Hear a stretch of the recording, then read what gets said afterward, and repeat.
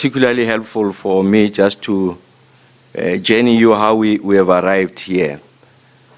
So I've lamented the fact that there is no honest attempt for us to engage and confront the political economy of energy and also its geopolitical manifestations.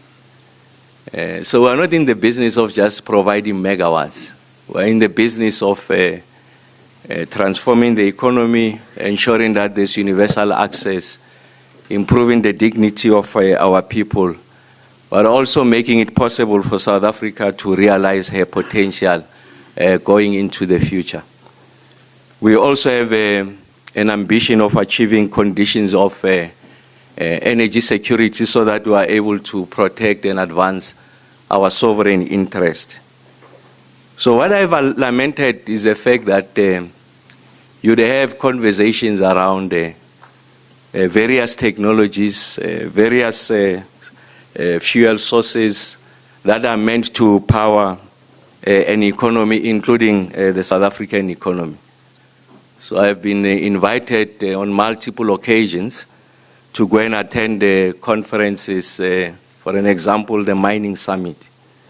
So they'll tell you the contribution of coal towards energy generation.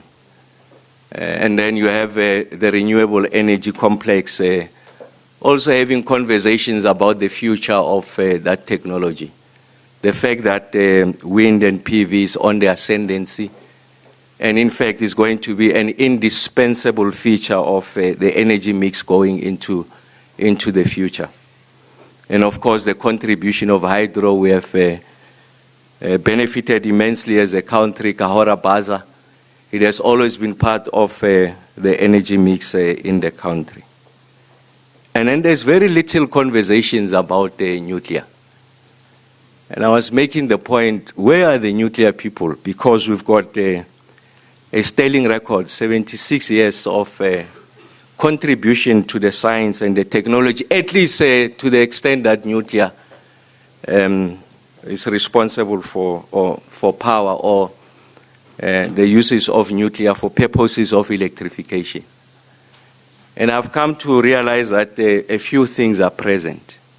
The first one is that a typical nuclear scientist will have the features of Einstein. I'm a very big fan of Einstein.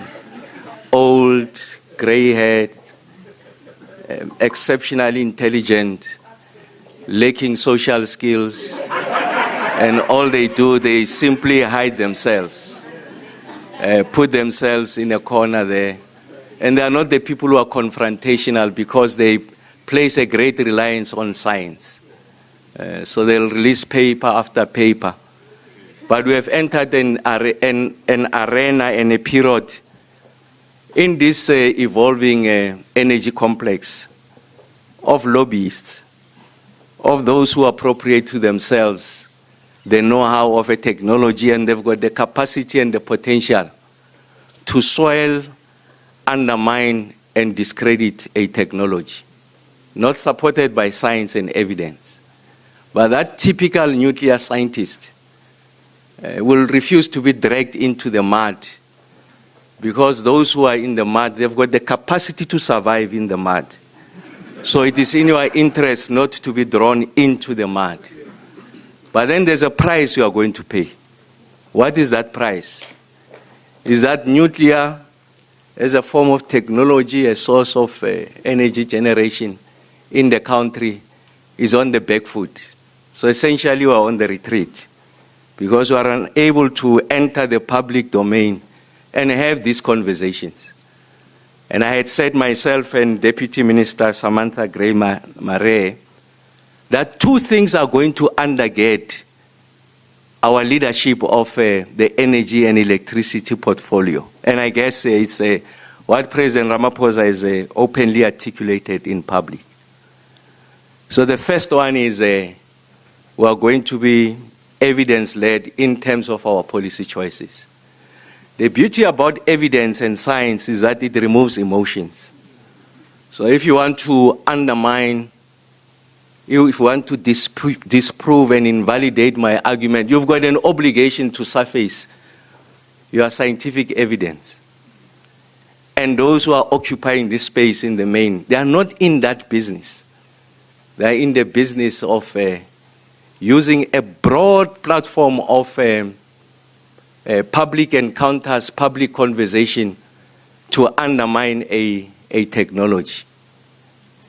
So it's not uncommon in this country that you have people who have not had an encounter with a laboratory.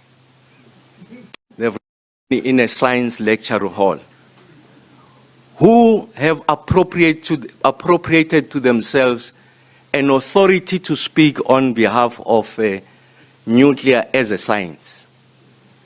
And those who have done it with impeccable credentials have chosen to remain silent.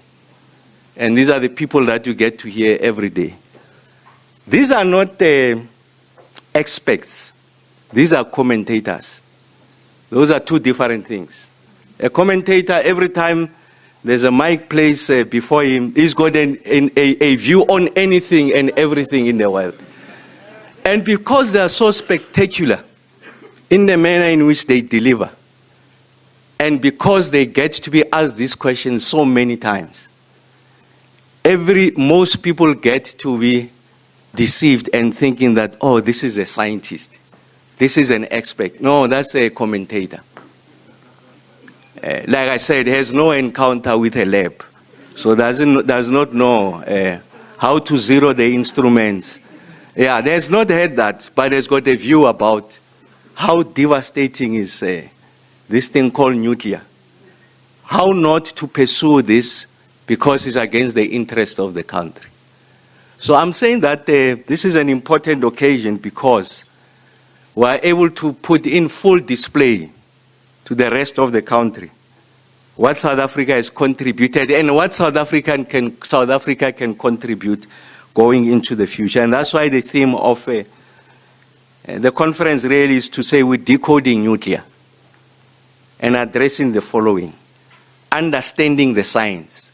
Because we think that we have a duty as scientists assembled here, and I'm saying that this is not the end all and be all. I think we've got a duty to sustain this momentum of this conversation outside the applications, and I'll come later on how we are going to execute.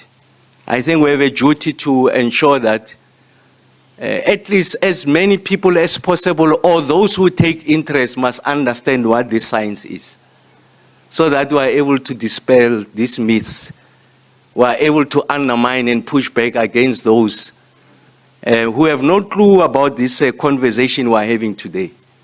And quite frankly speaking, they have no interest of listening to us, because it's not in their interest to do that. So I think it's important that as a fraternity, a community of scientists, that you must defend the discipline. You must advance the discipline. And you must show a correlation of how the discipline can help to take people out of poverty. How the discipline and the science can help us to transform society. How the discipline can help us to grow an economy. So once we are able to show that correlation, I think we are in a very good space. And I think the peaceful uses of nuclear, both for energy, electricity, and medicinal use, very powerful message on how people interact with this science on a daily basis unknowingly. And I think it's important that we are able to surface that science, crystallize it in very simple terms. I was saying to D. Jimbambo that we must generate an idiot's guide on what is nuclear. Underline, we are going to generate an idiot's guide on what is nuclear. I think it's important we owe it to the science for us to do exactly that. Otherwise, the science as we know it and the discipline in the country is going to be decimated. Just the other day, I was meeting with patriotic South Africans who are anchoring, part of the anchors of the nuclear program in the US. led by Mr. Chris Opperman. I hope he doesn't mind that I mentioned that. Just to say that we are ready and available, want to come back home. But I also make the point that there's a critical mass of scientists who have not left are here. So it's important that those who have left and those that are present were able to articulate a coherent and compelling story of nuclear, and were able to illustrate how that nuclear can contribute to our sovereign ambitions. And that's why I say today is a great day. So that is in the domain of science. And then there's other things that are in the domain of politics and policy making. And these are the ones that are principally responsible for the retreat of nuclear, at least for purposes of electricity generation. The fact that those who are given the responsibility of the political stewardship and policy making have soiled this technology. We have soiled it because allegation of malfeasance, leakage, corruption, manipulation, waste of money, and all of that. And what these non-scientists that don't have a scientific basis to push back and invalidate the argument, they are using other arguments that are non-scientific related. And this explains the point as Princess was alluding earlier on. Myself and Deputy Minister, we make the point that we have nothing to hide.